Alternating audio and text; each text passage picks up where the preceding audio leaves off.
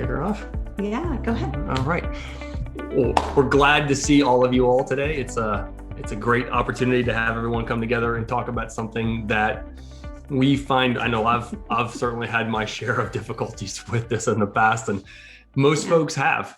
So this is a great way to talk about how to get others to do their part. So oftentimes when each of us feels frustrated or we're not getting what we want, more often than not, there's a component of other people not doing what we're expecting them to do. And so what we'll be talking about today is some tools to go through and how to have a different conversation so that you're able to help others know how they're contributing or how they're not contributing to the situation at hand.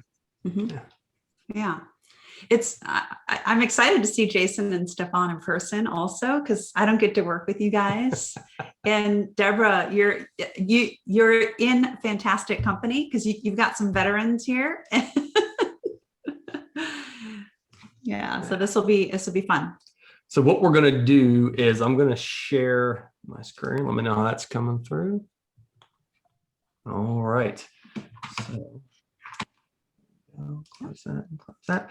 So what we'll do is we're going to step through a couple of background slides pretty quickly. So for Jason and Stefan, this will be a really high level and short overview. For Deborah, this may be a little more of a refresher. And then Heather has seen this a few times in the past few sessions.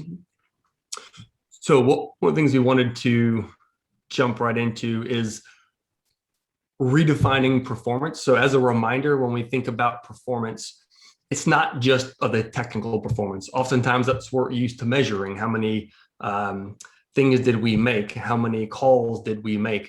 How did we complete payroll, this other particular process by a particular time? Usually these are our KPIs and really easy for us to know what they are. Now we're adding in the behavioral pieces. And so this is going to be more like how people are communicating, how they're thinking, how they're asking questions, how they're initiating activity. So when we talk about performance today, a lot of it's going to be oriented on the behavioral side of performance, which is really on that right column. Usually also, when you think about the people who you work with, or you think about your own performance, when you're really like nailing it and doing fantastic, it's usually on the behavioral side of the house. That is what results in that technical performance being so strong. So from that, we're going to jump into some productive intensity and high performance. So for all of us, we're going through each day and we are showing up in different parts of these zones. We're going to have a different level of physical, mental, and emotional intensity at different parts of the day. Sometimes we're going to be in autopilot, which is where we are working with the parts of our brain that covers routines. So we're doing things in a pattern or out of habit. So you probably are used to thinking about, oh, I always do this when I get to this situation. That's simply a pattern. It's something that you've gotten used to because you've realized, oh, this particular way to do things works really well. So I'm gonna keep going with it. On the other end of the scale, on the stress zone, this is where you've got such a high level of intensity that it becomes unproductive. So now you're working with the part of your brain that 100,000 years ago helped you with fight, flight, or freeze, helped you run away from saber-toothed tigers. That worked great there. What happens now is sometimes when we get into stress zone, we're behaving in a way with others that creates some problems for us and creates problems for the people we're working with. This may be where we shut down or we yell at others or we blame them. Not only are we not getting the technical results we're wanting, we're also creating some problems with those relationships. So in the middle is our performance zone. And you can see this is where we've got a nice ramp going up. So we've got a wide range of intensity and a wide range of performance and how we show up here. This is where we're using the part of our brain that helps us with our executive function. So it's the prefrontal cortex. This is where we do our deciding, our thinking, our advanced speech patterns. This is where these things come from. It's also important to know is that you're going to have a different zone for different days and for different tasks. So if you've had a hard night, maybe didn't get much sleep, you're up with a family member or a pet, your performance zone may shrink a little bit and your autopilot zone, your stress zones may get bigger for that day for the same activity versus how they were yesterday. So when we take that concept and now we're going to turn that sideways a bit and you'll see this is our overview diagram. And now you're seeing how that same three set of zones are showing up. So we got stress zone, performance zone, and autopilot. And again, this is driven by our physical, mental, and emotional intensity or activity in any moment. So this changes from minute to minute, sometimes hour to hour, and definitely throughout the day. And this is going to affect how we're showing up both in business and life, creating the results and the relationships that we want with ourselves and what we want with others. So today, as we're going through, we're going to be talking about, we can shift to the bottom part of the slide.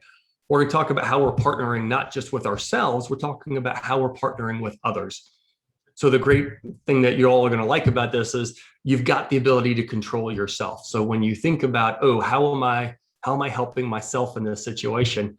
How am I supporting myself? You're going to realize, oh, I get to use these tools you see on the bottom there, activating language, advancing questions, and then acknowledging, equipping, challenging, and all those other ones on the right side. You get to use those to help yourself and to help others. That daily practice is where each of you will realize, oh, you're going to come down out of the stress zone or come up out of autopilot to perform at a better level. Well, especially with our focus on how do I get others to do their job, we're first going to make sure that we're getting ourselves into our personal performance zone, and then our ability to move or influence others ramps way up, and so that we're helping them to get out of their autopilot. Yeah. So we'll be taking a look at that. And again, Deborah, anytime that we're using some language that is familiar to most of your colleagues here, and you're not sure, raise your hand. We love when people ask questions. Yeah. Good point. And also for Heather, Jason, and Stefan, who have heard this in different settings, if you're hearing something in a different way, or if you've got a question about something that we're covering, please jump right in. It'd be great to hear what you guys got to say as well. Yep. Thank you. Yeah. All right. So from here, now we're going to jump into the personal support process. So what's going to be important with this is now when we're recognizing, oh, I'm in a situation where I'm working with someone else. I want to know better. How do I help them do their part? I feel like someone else may not be doing something to contribute to a situation where they're expected to do something, or I've asked them to do something. So now we're going to go through this process where we're going to help you guys begin to step through each of these pieces and say, oh, okay, how do I begin to break this situation down in a way where I can use this to help myself identify perhaps what patterns are going on, where I'm contributing, and what else is going on with the situation, so that I can begin to change it. Mm-hmm. Who, if anyone, did not get the PDF handout? Okay. All right. Good. All right. Well, this is the audience participation part. So, what do some of you recognize as a pattern in a who, a what, or when you are having a hard time getting others to do their part? What's showing up?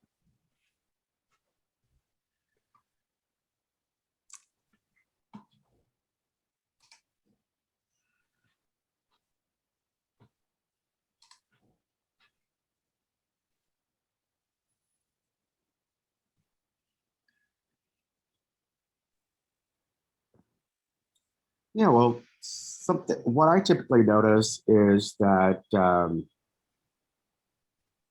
it's, creates confusion and just a lack of drive at times.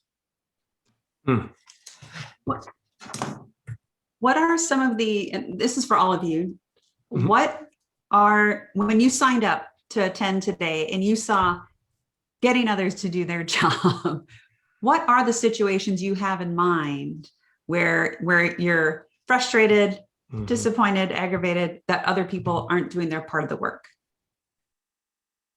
Well, my favorite is that's not my job. My favorite. So, and just unwillingness to go above and beyond when that is certainly a core value within our team. So that's one of the most.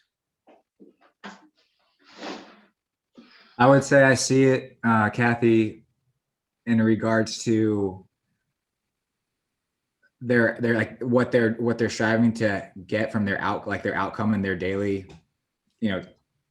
duties and like responsibilities, and then not them wondering why they didn't get that outcome because they didn't do what is expected of them, and they missed their mark for that day. They didn't work to their standard that they set for themselves after I've challenged them to set it for themselves, right? So it's just being consistent on their end is what I see, that pattern happening. It's just, Got it. Okay. And for me, it's probably lack of follow through, where someone doesn't want to be micromanaged, but I end up having to do that because things aren't getting done. Yeah. Yeah. So that I don't want to be micromanaged. That's a pattern. And sometimes people who feel like they have been micromanaged, whether they truly were or not, that's how it felt. They're not sure how to say, hey, I understand that part of your responsibilities is to help me stay on track. And then they're going, well, I don't want this, and I don't know how to ask for that. So they'll sometimes say, well, I don't want any of that. So yeah, that's common. Yeah. Go ahead. Yeah, It's okay. I don't want to cut you off. please. Okay. I don't really so much have this issue, but I have colleagues who are trying to get their supervisor to do their not get their supervisor to do the employee's work, to get the supervisor to do the supervisor's job, to be clear. Oh, yes. And also, Jason, I don't know what your shirt is, but I love it. Creating great experiences. I love it.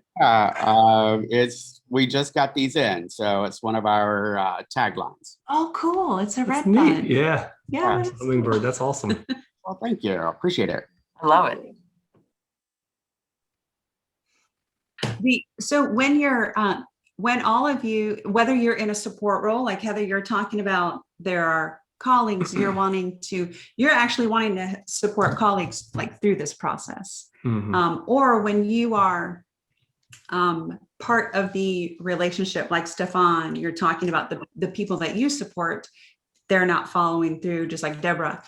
The first thing for you to start doing is to take some time with yourself and really identify who, like the people patterns, who tends to not be doing their part of the work, or go ahead. Or who tends to not do the part of the work in these particular situations. So some people may say, oh, I like this work. I enjoy this. I'll leap right into that. This other stuff, I'm not such a fan of that. I'm going to sit back.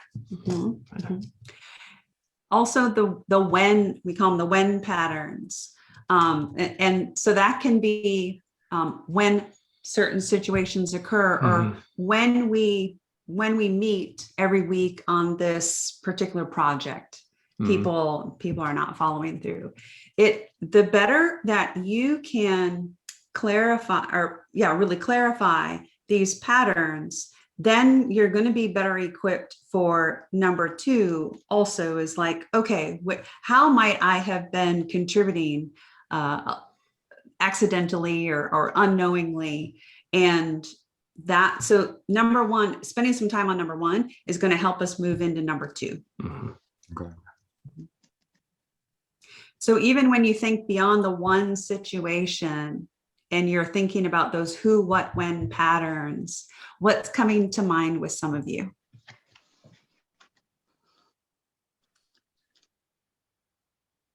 So for me, we have like a night shift, I guess you can say, for our inside sales team, because real estate just doesn't stop. And by the way, I'm with Jason on the real estate team for Heather and Deborah. So yeah, we're in that industry, and of course, legally we can't make someone work past certain time, right? But we all know through collaboration and through the years of me doing this, and now years that other people that I'm supporting have been doing this, that those evening times are very lucrative for yourself. It helps set you up for the morning, right? Because you can set those expectations with those potential clients to go and set up a meeting to go view properties and things like that, because we're receiving a bunch of inbound leads. Now, whenever someone's week doesn't go as planned, I notice when I go look at the person who maybe had that evening shift, they didn't do what they said that they were going to do, which was, I'm going to text these people even at 9 o'clock at night. I'm going to just, give them a friendly courtesy call at 8:30 and just be like, hey, I happen to be on my laptop. Like, they don't have to do it legally. Right. Like I always say that can't do that. But if you want to go out of your shell and, help yourself, then these are what other people are doing on our team. And it's providing them allowing them to hit their goal for the week. Right. So I get frustrated whenever someone's like, I didn't do this. Well, it's like, what you had to do, but you chose not to. And that's your choice. But and if you're not going to do that, where are you going to make it up? Right. Like in the day, like you need to make more calls. If you're not going to go for those easy layups, then you need to do something else. So what does that look like? What does that strategy, portray on your end? So that's how but that's tough because it's like a legal thing too, right? I can't force someone to do that. Sure. And that's where there's a difference between directing someone to work in the evening versus sharing with them or reminding them that there are best practices. There are actions and tasks and timing that are proven to be effective. Mm-hmm. Right. And yeah. And I guess it's just laying out that environment for them to succeed, and them knowing, like giving them that knowledge base for them to make their choice on it. Yeah. And a little bit more, like I've already identified a few things for you as we come into number 2. Okay. Sweet. Yeah. Awesome. Good. That's what I would say though, to answer your question. That would be like a specific example. Perfect. Good. Nice. Yeah. Yeah. The more specific all of you are, the better, the more effective you're going to be. Good. How about one other person? What is coming up for you when you're looking at the who, what, when patterns?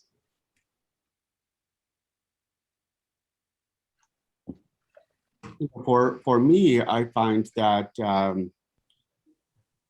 I feel I set a good example to my team, and it's, I know I said it's not my job earlier, joking of course. It was my team does their core responsibilities, but we foster an environment to always strive for more. And that's the behavior that I just feel like I'm not seeing enough. Got it. And for me, I'm over an accounting department for a small construction company, and we're only 3 in accounting. But we came into a mess and we're trying to clean it up and keep it going, and just trying to get processes in place. And people say, oh yeah, I'm going to do it, but then it never happens. Yeah, that happens a lot, especially when there's things that get complicated and people will sometimes feel like, oh, I'm just going to knock this thing out. I'm not going to sweat making a process. I'm just going to do this, and it'll feel good because, oh, I'm being productive. I'm getting it done. When in reality, well, gosh, if they took a little more time to peel back from that and say, okay, I'm going to create a process and then use this as an example to run through that process and tweak it, refine it. And now more people can go through that same thing faster. Right. And I'm even like, it doesn't have to be a complete process yet. Just start with simple steps so we can expand on it and see what makes sense. Yeah.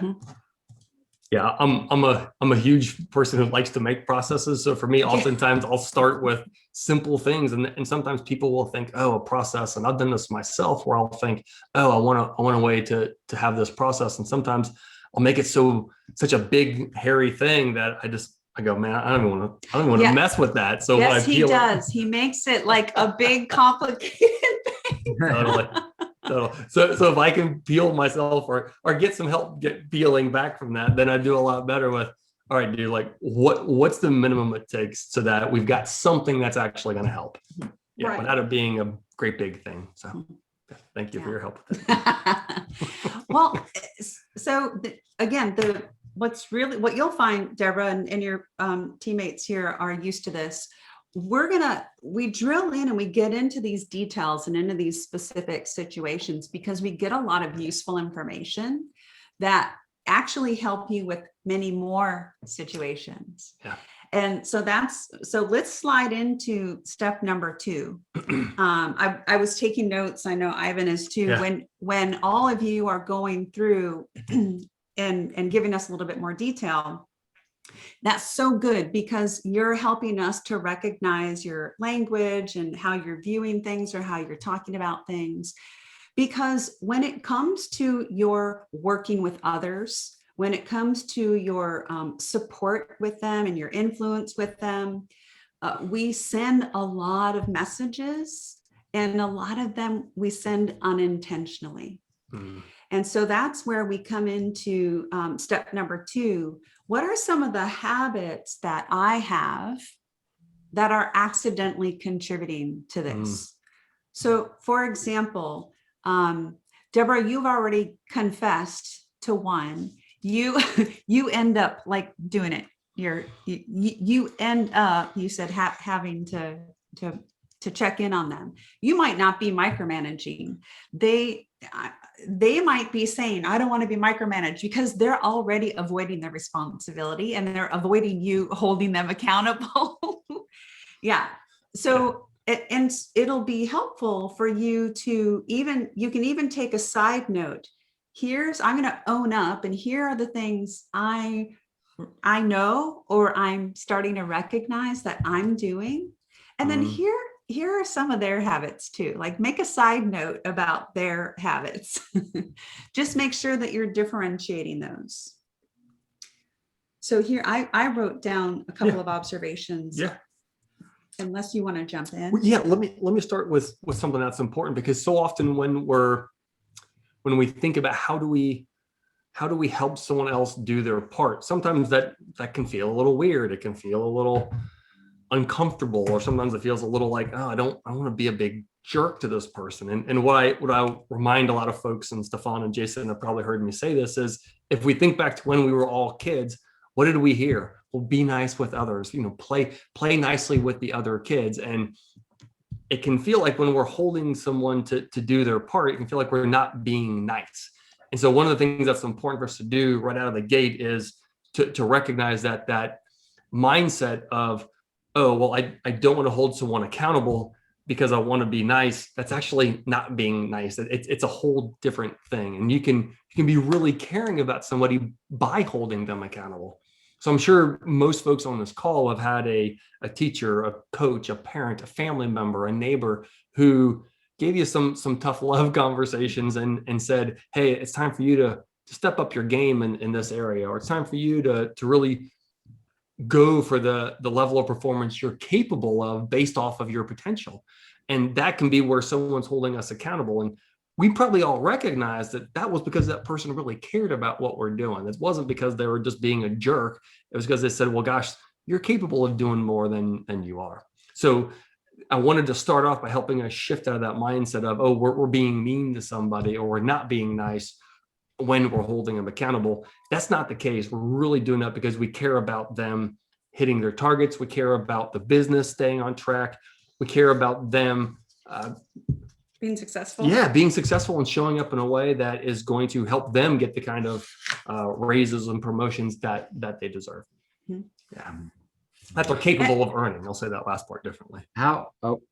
Yeah, go ahead, Stefan. Well, and I was just going to say, and the parts of that make sense right here on number 2 is really checking in. When we talk about owning up, it's honestly checking in with ourselves and doing a bit of that confessing that, oh, I do have a habit of wanting to be nice, or I have a habit of wanting to avoid conflict or confrontation. And that's, yeah, Deborah's like, that's me. And that's, again, for lots of good reasons, lots of us have those habits. Yeah. Make a note of it though, because we're going to be, the more that you are really aware and knowing of it, now you're going to be able to exercise some healthy control around doing it differently. Mm-hmm. Stefan, what do you got? Yeah, I wanted to make sure that I was in the right and in some form of fact. Because I mean, of course, like I like to think I'm a nice person, but I know that there's times where I do have to be someone else, and step out of my comfort zone in some form or fashion, to raise that intensity level. And I've always done it by explicitly stating, hey, I need to say something to you that I don't necessarily want to, but why I'm doing is because I want to make sure this is like, we nip it right now in the bud, because I want, is it okay to like tell them straight to their face, like, we're walking into this situation because of what is going on and what I've been noticing with these patterns, right? Yeah. Yeah. Make a note of that, Stefan, because we're going to get into a future step that focuses on accountability. Okay. And there's some language you're sharing right now that indicates part of your mindset. So here on number 2, we'll give several, I know I've got something for Jason, Deborah, and Stefan and Heather, because you're in a little bit different role. So Stefan, your language around, I have to become someone else. Mm-hmm. That mindset, that's something that you're telling yourself is not accurate. Okay. And so I want you to make a note of that, because it's going to help you and it's going to come into play. And as a side note, we don't ever advocate anyone becoming someone else, or even like changing. Yeah. Here's all that you're doing. You are accessing other parts of you. You're accessing some of your internal resources so that you can support someone in a healthy, more powerful way. Okay. And saying to someone, I'm not comfortable. That part was really nice and beautiful, because you're helping someone recognize that while they may not be comfortable going into this conversation, you're saying, I don't really like this either. And it's important enough and I care enough that we're going to have this conversation. Mm-hmm. So what it does is it helps them recognize you don't particularly care for this either. And it's you care enough to have the conversation. Because that's a really important message that helps other people know that you do care and you're willing to set the discomfort perhaps with this situation aside and still go into that. Still do it anyway. Yeah. So a couple things that I noted for each of you, and then you can jump in. Jason, you said, I feel I set a good example, and that your team members do their core responsibilities, except the language that you use, you said is, I feel I'm not seeing enough. Mm-hmm. So part of what I want you to note under number 2 is that when you are saying, I feel I don't see enough, and I feel I set a good example, that indicates that you're likely not saying out loud what you are setting an example of. Okay. And on the second one of, I feel I'm not seeing enough, that language is too passive, and it's coming from like Jason, rather than something like, you, Sally, are not demonstrating enough. Or and I'm going to like jump ahead to one of the future steps. You could replace that with, Sally, when you know one of our core values is blank. Yeah. How are you going above and beyond? So when we ask a question, like, you're prompting her to say out loud either how she is, or to say out loud, "Ooh, I'm not." So you're prompting her to like honestly check in with herself. And then it's a different exchange. And for Deborah, for you and for everyone, where this can come in is if you're starting to hold a team member accountable and you say, I'm not seeing X, they may think, oh, well, she's not seeing she doesn't see it. That's her problem. Or, well, she doesn't, she's just kind of hard on me anyways. So you get to, by taking yourself out of that conversation, literally by using different language, it becomes about what that person is or isn't doing, and less or not at all about what you're seeing or not seeing, or hearing or not hearing. Mhm. Yeah, it really simplifies things and cleans it up. Mhm. Stefan, a couple things for you. When you were sharing more detail, you said when someone's week doesn't go as planned, that language doesn't reflect the level of importance that I'm guessing it really is. Yes. So again, some of your language is a bit passive Mhm. versus saying you missed your mark this week, you missed your goal this week. Mm. Right. That's different. You see how that clarity kicks in. Yes. Yeah, that's right. So make a note for yourself here on number 2 that, oh, I'm I'm not using a clear language to convey the level of importance. Or ownership. Yeah, or ownership. Yeah. Yeah, the Good. part I had on that one was ownership. Good. Yeah. Okay. Awesome. Thank you. Yeah. Yeah. Good. So as we're going through this, we won't necessarily hit every example with every person. Mhm. What I'm sure everyone is going to hear through these conversations, though, are echoes of your situation, what you have had in the past, or perhaps what you have going on now. And that's going to be really the most important part through this. What we're going to jump into now with step 3 is what we call the 4 root causes of poor performance. So what's important to know is that whenever you're working through this and you think, okay, I want to identify what are the patterns, and then you want to own up to some of the habits that you may have. The next piece is going to be to say, okay, well, what's going on with this situation? What's going on with the person that I'm working with here? Mhm. And when you think about the 4 root causes, you can see them right there: unaware, unable, unwilling, and unsuited. So we're going to step through these with a pretty short description of each. Unaware is the easiest one to start with. And oftentimes when we work through this with leaders, they do the head slap and go, oh, geez, yep, that's what's going on. And I contributed to that myself. So unaware is how aware is the person of the expectation? So again, being really clear that, hey, how well did I transmit this? How clear did I make it to this person what the actual responsibility is? So now you're checking for the level of awareness that that person has on the task. In addition to that, if you think, oh yeah, they're crystal clear on what that responsibility is, then the next piece is to say, okay, how aware are they with how they're missing the responsibility or how they're performing to that responsibility? And that may sound in your example something like Joe isn't submitting his reports on time. Allison isn't submitting a complete report. So she's submitting it, it's missing these key parts. Bill is sending this in and he's not getting this input from other team members that he's expected to include.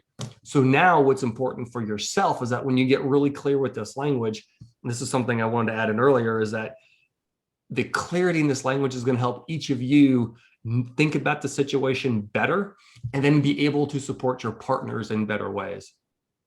So instead of saying something like, well, gosh, this isn't cutting it. And if I'm the team member, I'm going, well, how is this not cutting it?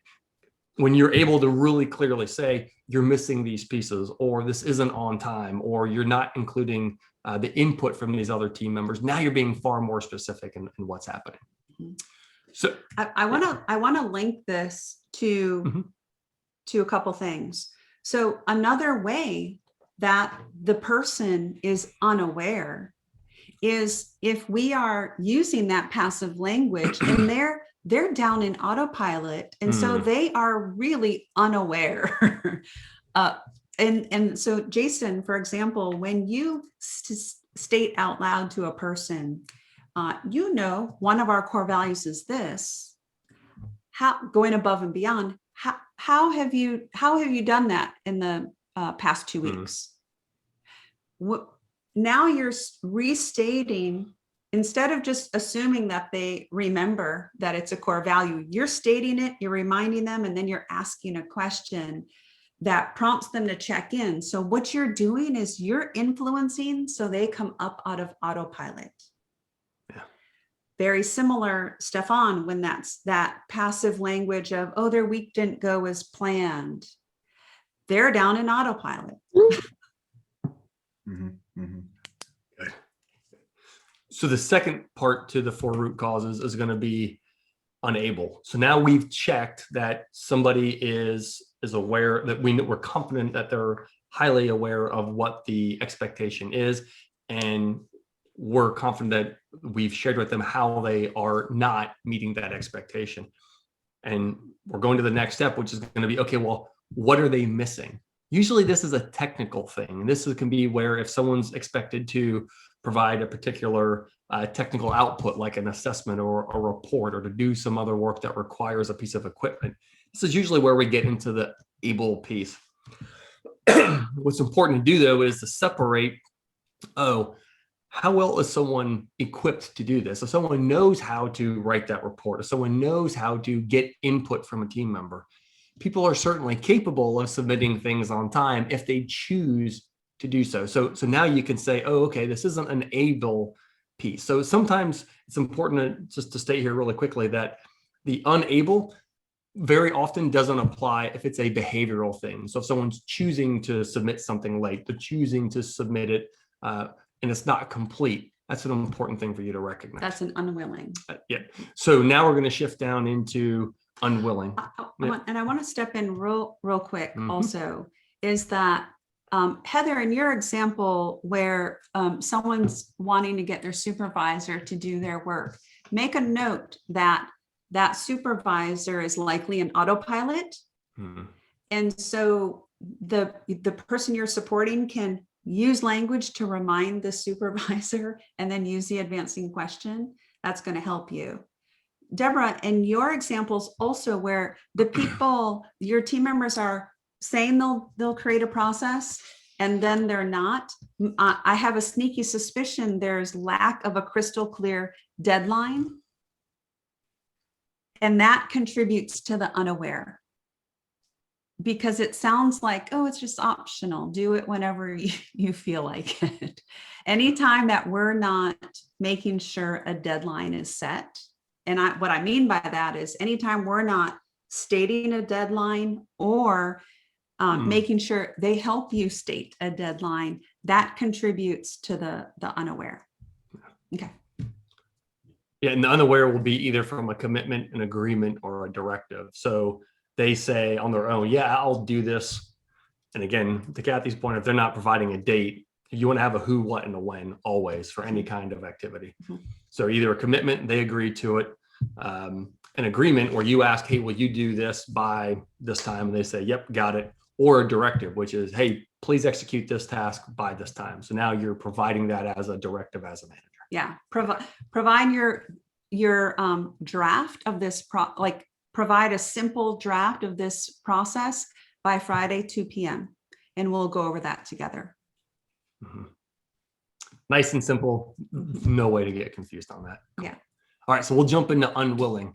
So now as you think about this, if you think, okay, the team member is clear on what they're expected to do, they're able to do it, and they're still not doing it, particularly where there's a repeat issue. So someone is continuing to turn a report in late, or they're continuing to turn it in when really they're turning in a partial report. Now you're talking about someone who's unwilling. They have the ability to do it. They know what it is. They've been informed on how they're missing the mark, and they're continuing to miss the mark. So now what you get to do is you can increase intensity. So remember back to our overview diagram.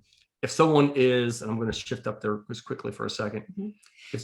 If someone's hanging out in that autopilot zone and you want to increase intensity with them, sometimes simply using language like, hey, Bill, you may not realize that you're choosing to continue to be late with this report. You're not deciding to put time aside to get this done before it's due, or get it done completely. And we'll get into more of those examples in step 5. So we're covering this now. So I want to I know. Don't got to order. So that what that will do is that will help those team members when you use that language. It will very often help them go, oh my gosh, I'm choosing, I'm deciding.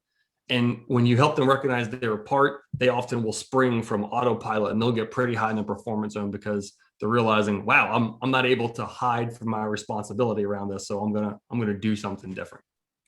Yeah, the most important thing here is, and right now for what we're covering, ignore number 4, unsuited. That's when we get into a place where it's time to change the person's role or maybe even terminate them. So we're not focused on that.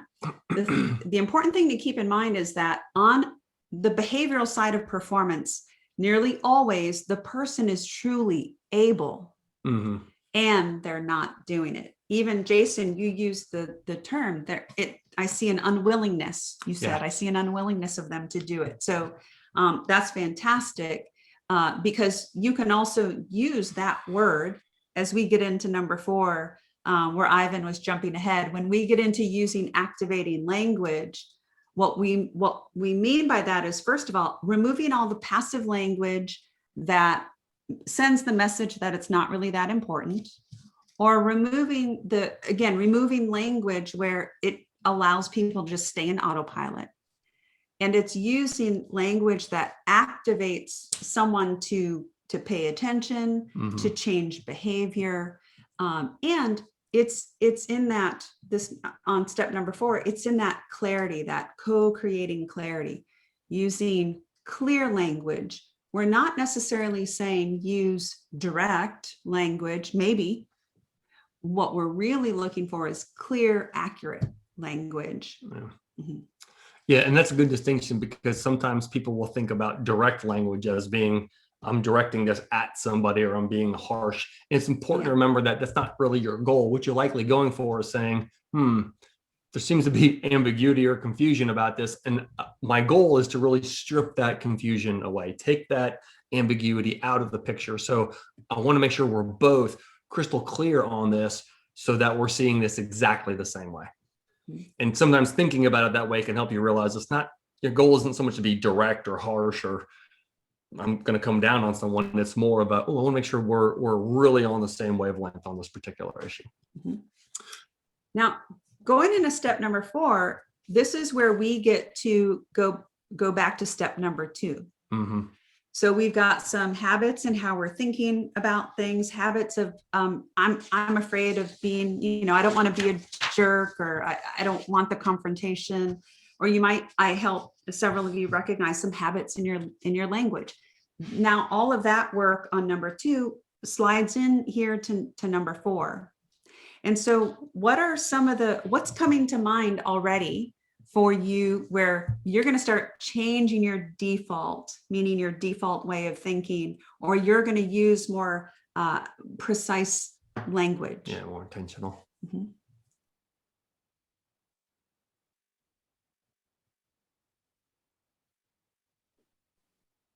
I noticed that my coworkers who are having this issue with the supervisor tend to be complacent and inconsistent. That's their number, what I would put under number 2, just from what I observe.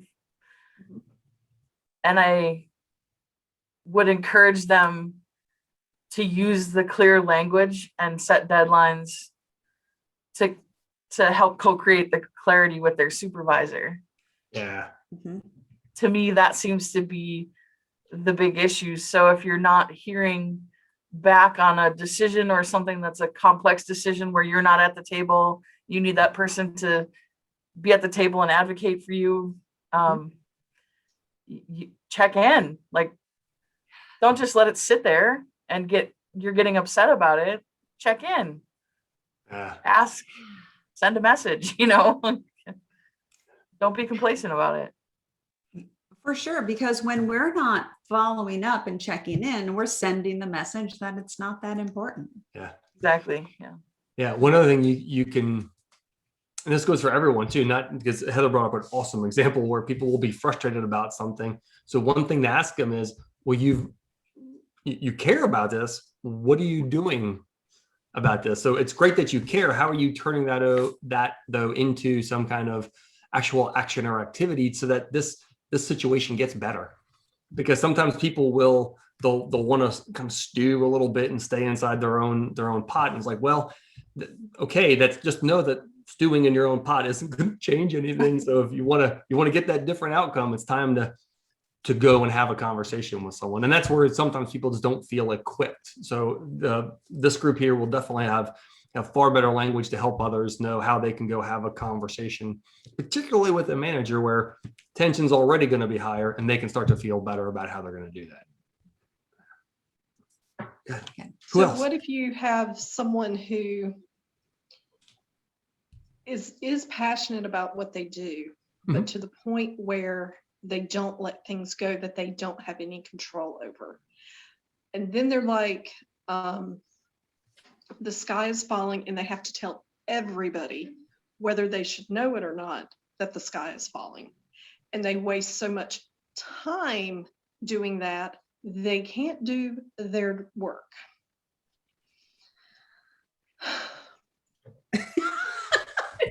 That's a pretty loaded side there.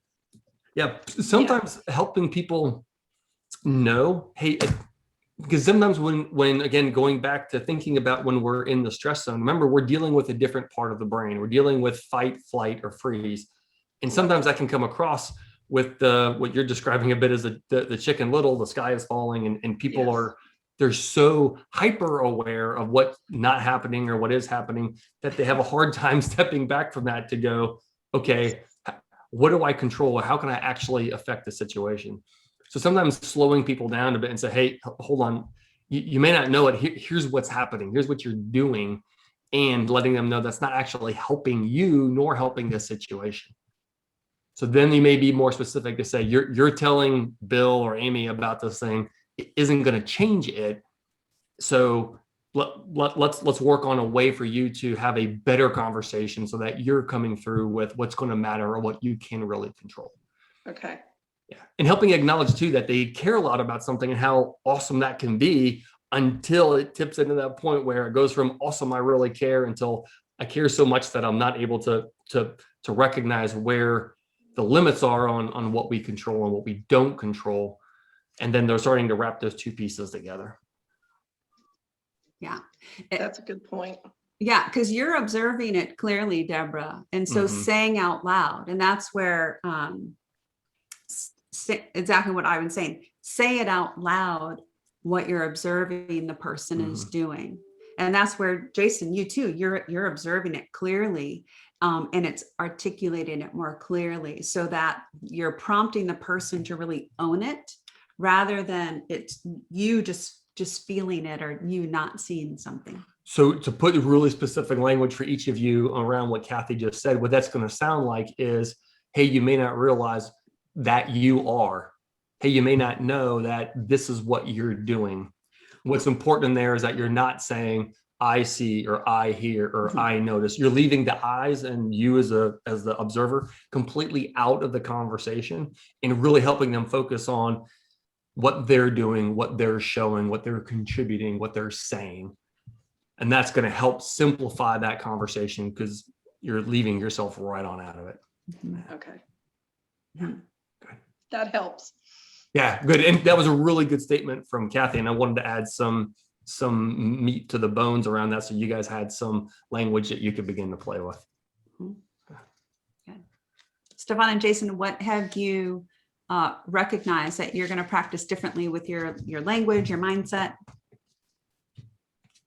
Well, I think that one thing that I probably need to work on is the change in work environment. So that may fall under unaware, and meaning that since my whole team is working from home now, I saw how creative we were pre-COVID, and now it just seems like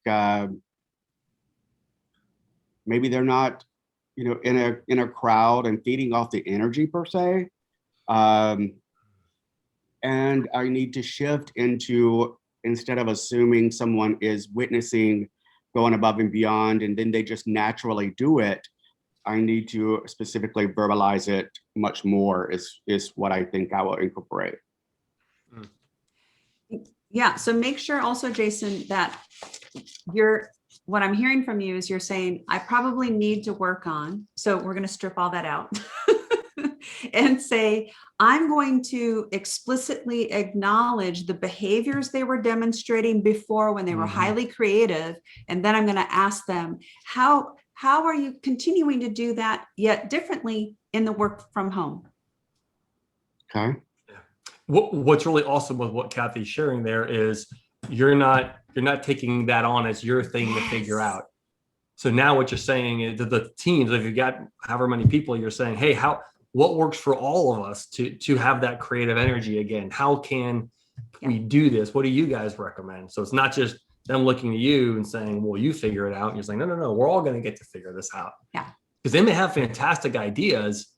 And if they don't say them though, then, and you don't think of that same thing, that may not happen. So yeah, good. Keep an eye on the time here. So yeah, Stefan, what do you have?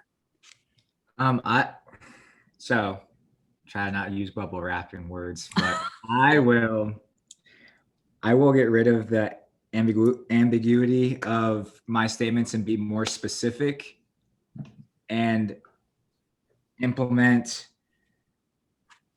that statement that Ivan said. You may not know or realize that you didn't hit your call metrics, not just this week, but there's been patterns past 4 weeks. Let's circle back and figure out what's causing you to not be able to do that to get you the outcome that we need you to hit, which is this number, so on and so forth. What couple of minor tweaks? It said you're on a really good track. Couple of minor tweaks with that, Stefan. One is, and this is for everyone, if you ask somebody or if you indicate something's preventing them or causing them to not hit, it sets the mindset that they're not in control. You're literally saying to them, well, some other external factor is going on and it's preventing you or causing you to not hit what you're going for. So encourage you to pull those pieces out. Second part of that with the ownership pieces, saying how you're going to hit your targets, or how do you want to hit your targets. So it's not we need to figure out, it's, hey, we'll sit down and I'll help you determine how you're going to meet these targets from now on. So you're keeping yourself as the manager in a support role, which is really, really important, because the team members responsible for their work, you as the manager are there to help them get through hurdles or tough spots or get extra resources. And it's important to be sure to use language that really paints that picture clearly, that this is your responsibility. I'm here to do some minor assistance on occasion. It's yours though to handle. Yeah, good. Yeah, really good. Cool. All right. And that's another habit for all of you to make a note of on number 2, the habit of I'm doing it for them. Yeah. So all of you are indicating in different ways you're taking on responsibility and you're doing it for them. Yeah. Okay. Number 5, you can Awesome. move that to number 5. Move this on up. So we already dipped into number 5 because we already started talking about accountability and using advancing questions to do that. And so I'm going to take this recent example and jump into a way to do that. Stefan, with your team members, I would not recommend you use the phrase, you may not have realized you missed your target, because it's it's a crystal clear target. And if they're not even knowing that they're missing it, that's a whole other problem. Yeah, that's a red flag, not just a yellow flag. Yeah. And so if you could change it into a question, how many weeks in the past quarter have you missed your target? Now, do you see like, ooh, now you're having them check in and then say out loud, wow, I'm missing 75% or whatever. Yeah.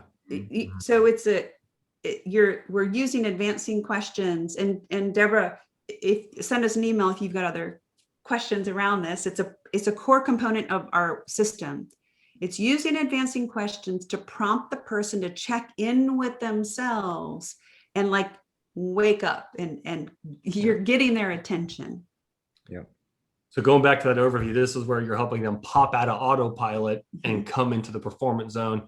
And it's one of those questions where, again, it may feel like, I don't want to be a jerk. What you're also doing, though, is a couple of things that's way more important than just not being a jerk. You're helping them recognize and remember their ownership, and you're helping them reseat themselves with their responsibility because you care about them being successful. One of the things none of you wants to ever have is a situation where a team member doesn't perform, to get let go, and then you wake up in the middle of the night and go, "Oh my gosh, I didn't say to them that they were behind. I didn't tell them it was time to get going." And now they've lost their job. So like that would feel incredibly terrible. And I've been in the unfortunate position to let someone go, and having had a lot of tough conversations that were not a lot of fun. And I thought, man, I'm doing everything I possibly can to support this team member, so that when eventually it did come to where they were no longer in the company, while it was tough, I felt so much better, because that's just a cruddy situation.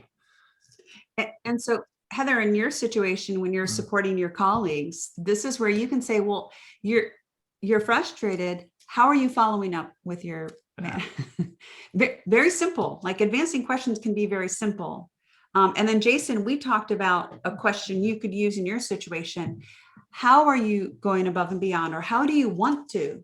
So we can exercise accountability looking backwards, like with Stefan, like, how many weeks have you missed your target? Or like with Deborah, you can ask some going forward. You can say, Sally, when next week will you provide a rough draft and walk me through it?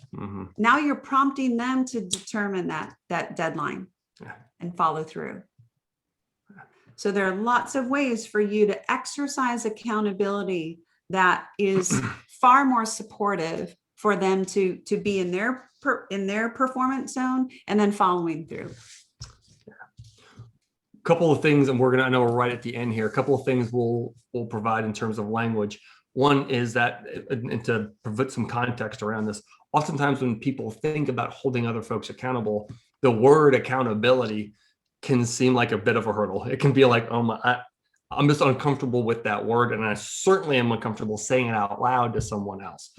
So some other language you can say are things like, hey, I want to make sure we're keeping on track. I'm checking in on progress. I want to see how this is going. I want to help you keep yourself on track. Yeah. So that's for a couple of you that you don't want to take on the responsibility. Yeah. Want to see where you're having challenges with this.